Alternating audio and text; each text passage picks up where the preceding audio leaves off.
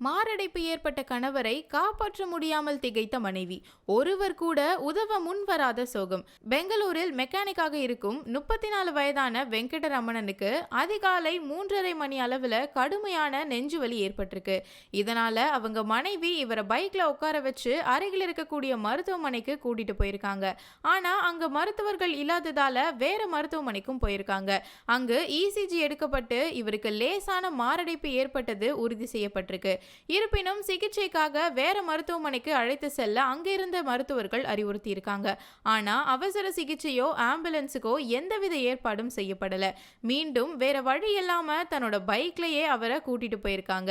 அப்போ எதிர்பாராத விதமா அந்த பைக் விபத்துக்குள்ளானது. கடும் வலியால கணவர் துடிப்பதை பார்த்த மனைவி அந்த நேரத்துல சாலைகளில் சென்ற வாகனத்தை பார்த்து கை கூப்பி உதவி கேட்டிருக்காங்க. இருப்பினும் அந்த நேரத்தில் யாரும் வாகனத்தை நிறுத்தி உதவி செய்யல. கொஞ்ச நேரம் கழிச்சு ஒரு டாக்ஸி டிரைவர் மட்டும் காரை நிறுத்தி மருத்துவமனைக்கு கூட்டி செல்ல உதவி செஞ்சிருக்காரு. இருப்பினும் மருத்துவமனைக்கு வர தாமதமானதால அவரின் உயிர் பறிபோனது.